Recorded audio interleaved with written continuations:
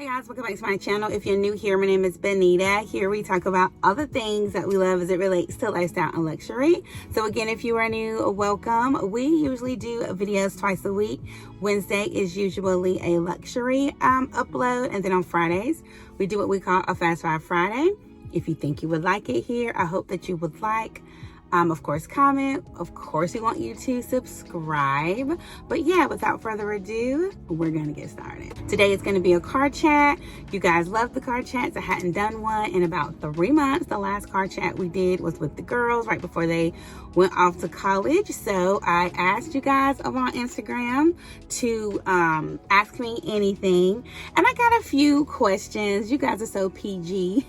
And I really appreciate the respect. But yeah, if I say ask me anything, don't be afraid to ask me anything. But yeah, I mean, I might not answer it, but you can always ask. I got a few questions. I'm filming on my phone today, so I just airdropped, I screenshot it. Let me find them here. Yeah, so I screenshot and airdrop them to this phone. So we have a few here. But yeah, make sure you are following me over on Instagram. I love Instagram. I'm always there every day. And let's get the car chat going and let's see. So the first question comes from my girl Lanai. It says, when are you coming to Texas to hang out with me? I do not have a clue when I'll be in Texas. We always talk about me coming to Texas to shop and of course to see her and to have her show me around town. Lanai, I hope you guys are following her over on Instagram. She's styled by Lanai. Of course, I will put her handle here on the screen, but Lanai is wonderful. She was the first influencer that I chatted with like offline. She is the first influencer probably about 3 or 4 years ago now, Lanai, that I asked a question. Like, she had posted something, of course, and I asked a question about it, and she was the first influencer that responded, like ever responded to me, which I thought was so cool. And then we would chat here and there. I would comment on things, and then we just started chatting. And that's the one thing I do love about social media. You meet some of the most lovely ladies, and Lanai is one of them. I definitely consider her a friend.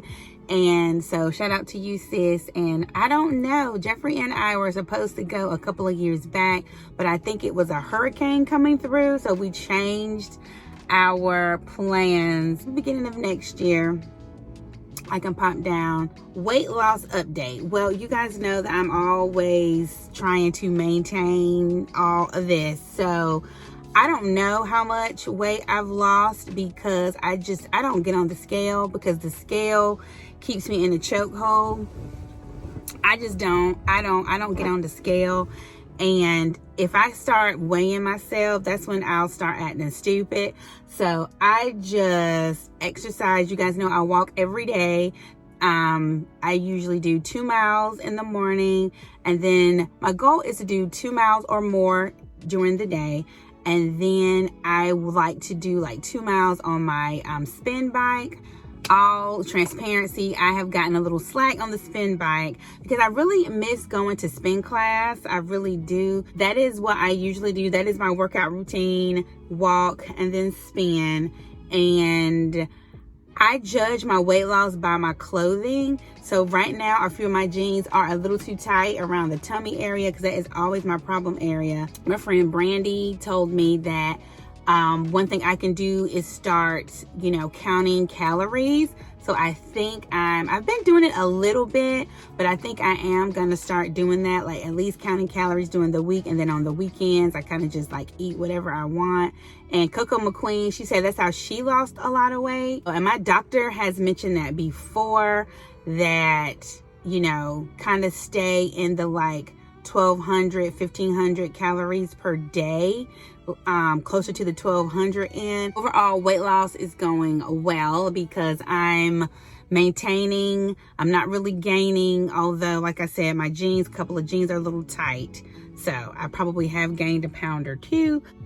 How's the fam, kids, and hubby? Everyone is doing well. Praise God. Thank you, Jesus. Everyone is doing well. My son, he was on vacation last week in Cancun.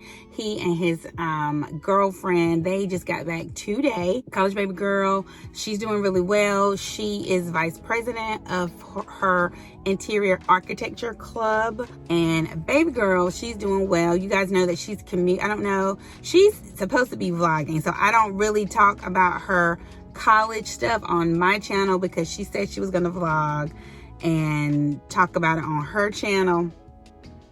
But she commutes this semester because her school did not have room for them, for a few of them, probably some of the local kids. You know, she's going to go to school locally. So in January, she moves into her dorm. She already has a roommate, so they both move in January. Husband's doing well, working really hard.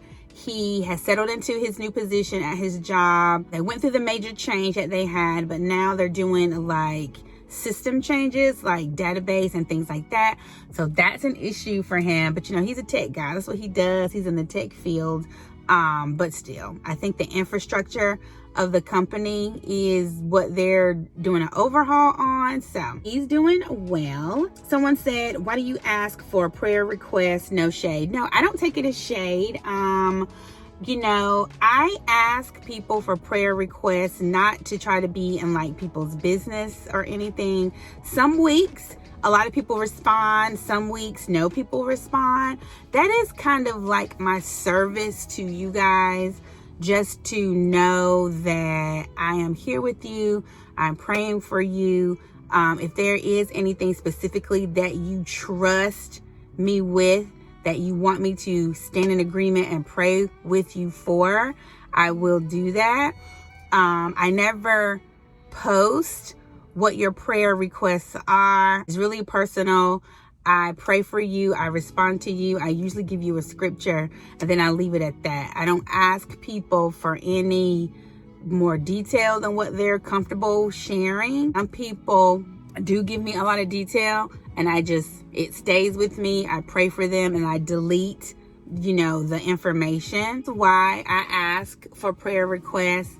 And you can always either respond to the sticker on Instagram, but here in the description box, all the way at the bottom, I say prayer request, and then I put my email there and you can send it that way as well. It's just who I am, to always be in prayer for not only for myself, but people, because we live in some hurtful, dangerous times. And the one thing that is a constant in our life is God. And we know that prayer works. Prayer works. It helps. And I just want to do my part to support. Someone says, anxiety, what are your thoughts or advice? Well, I do not have any advice because I am not a trained professional. While I do have a educational background in psychology, I dare not try to diagnose or say that I can give anyone advice on anxiety. But I do have thoughts on being anxious, suffering with anxiety. I really think that anxiety is something that has definitely taken a hold on our lives, our community, this generation. You know, we live in a world that everything has to have its place, right? Everything has to be so perfectly packaged. And if it's not that way, it's like we don't know how to deal with it. And I think that causes a lot of the anxiousness and the anxiety that people feel. One thing that I do for myself when I feel too far, I really take the time to reflect, basically. And another thing is, I believe that words have power. I really do. You know, it's really not up for discussion. You know, people can agree, disagree. I don't. Words have power. And with that being said, I don't go around speaking or saying that I'm anxious or I have anxiety, because the more you do that, the more it's going to manifest in your life. And by not speaking it doesn't mean that you're ignoring it or it's not true, right?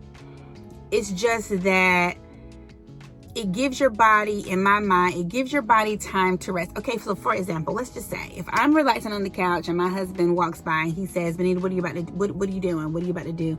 And I say, oh, well, I'm about to go to the mall. Even though right now at that time, I'm not at the mall, but eventually my mind, my body is going to manifest the action of me going to the mall. And that's how I look at speaking things over my life, and anxiety is one of them. I don't speak I have anxiety because eventually my body is going to manifest that way. Whenever I feel anxious, because I do feel anxious sometimes too, I really take the time to stop and reset. And if I'm not able to physically do it right then in the moment, I mentally start resetting myself. And I just do things that center me, and prayer for me is something that centers me. Talking to my husband and friends, my mom is something that centers me. I journal. I get up really early when I'm feeling anxious. And again, I pray and I just really verbally talk to God. Do your best not to allow it to have a tight grip or hold on you. Do the work to manage it, to get it done, whether that's medication, whether that's counseling, whether that's prayer, whether that's all of the above. I know it's a real thing, but you have to stay ahead of it and you have to control it. Like, you can't allow it to control you. Whatever that looks like for you is what you need to do. I talk all the time about my peace and my peace of mind. You know, that's priceless. And whenever I'm out of pocket, whenever I feel my peace struggling, that's when I become a little like anxious or whatever. Then I have to let go of things, whether it's people, whether it's places, whether it's things, whether it's whatever. I will fight for my peace. Need to fight for you. I got a couple of Vlogmas questions. Am I doing Vlogmas? And this one says, any luxury items you want to secure by year end? There are not. There are not any that I absolutely have to have. Well, yes, there is one. Those Gucci, my Gucci loafers, like the mules. Of course, I'll pop a picture. Those I definitely need to have by the end of the year. So I definitely need to have those. You know, I'm looking for a trench coat. I really want a Burberry trench coat, but I just do not feel like dropping like $2,500 or $3,000 on a trench coat. You guys know that I did get the Burberry scarf, which I absolutely love. That scarf is perfect. That would be the only thing that I'm thinking that I absolutely would love to have before the end of the year. Vlogmas. So Vlogmas, yeah, you know, it's Vlogtober. I did Vlogtober last year. If you missed that, I will link the playlist. I really enjoyed it. I thought about doing Vlogtober again this year, but it wasn't possible. It just wasn't possible. But yeah, I think I will do Vlogmas. I have not done Vlogmas before, so I think I would do maybe like 10 days of Vlogmas and then build myself up to next year. So yes, definitely will do Vlogmas for sure. Someone asked what's been going on. So this is why I wasn't able to do Vlogtober. I have a lot going on. There is something that I've started that I'm not quite ready to share here in this space just yet. I'm sure I will eventually. Yeah, I did start something new. It's taken up a lot of time. I'm excited. You know, I don't want to share it here yet because a lot of people, you know, in my day-to-day life don't know about it. Of course, my husband, he was the first one.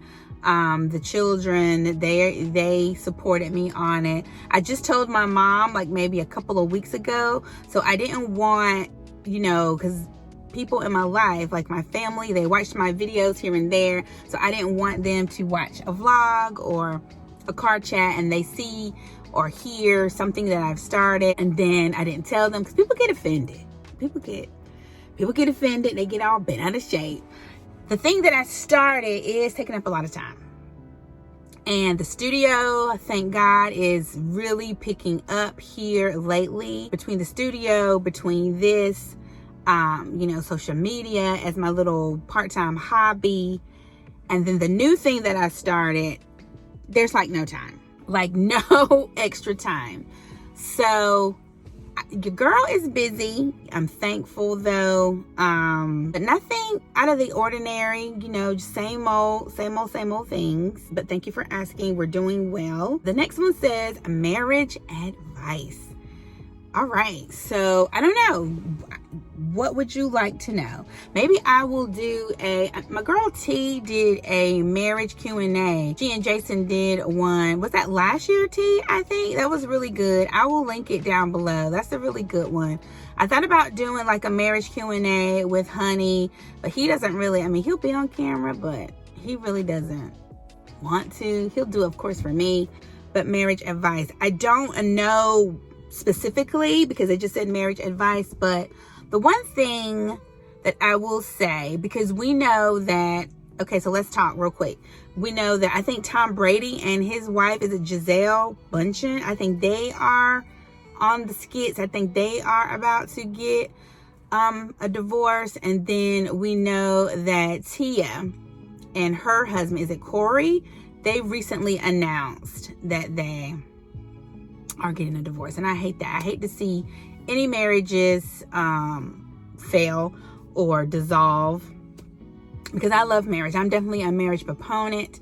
I love, and for me, marriage encompasses all of that.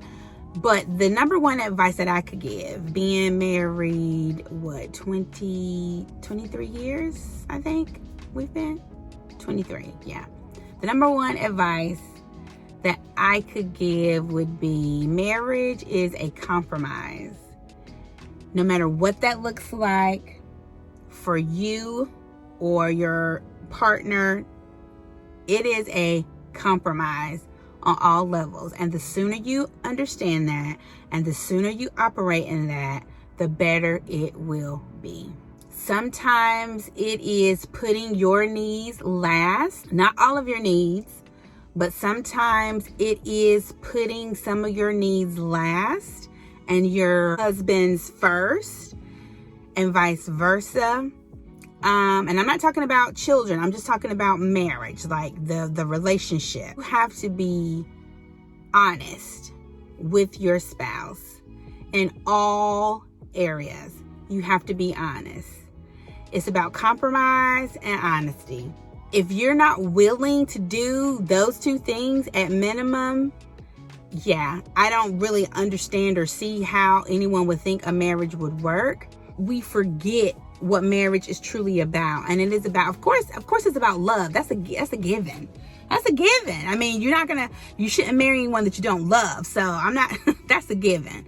But if you're not willing to compromise, and if you're not willing to be honest with your spouse about things, because those are two foundational building blocks.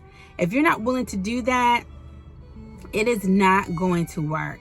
And when people say, oh, we fell out of love with each other, it happens.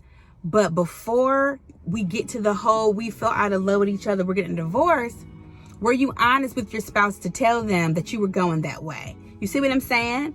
That's what the honesty comes in. Were you honest with your spouse to say, I am feeling these feelings and I'm not sure if I am in love with you anymore.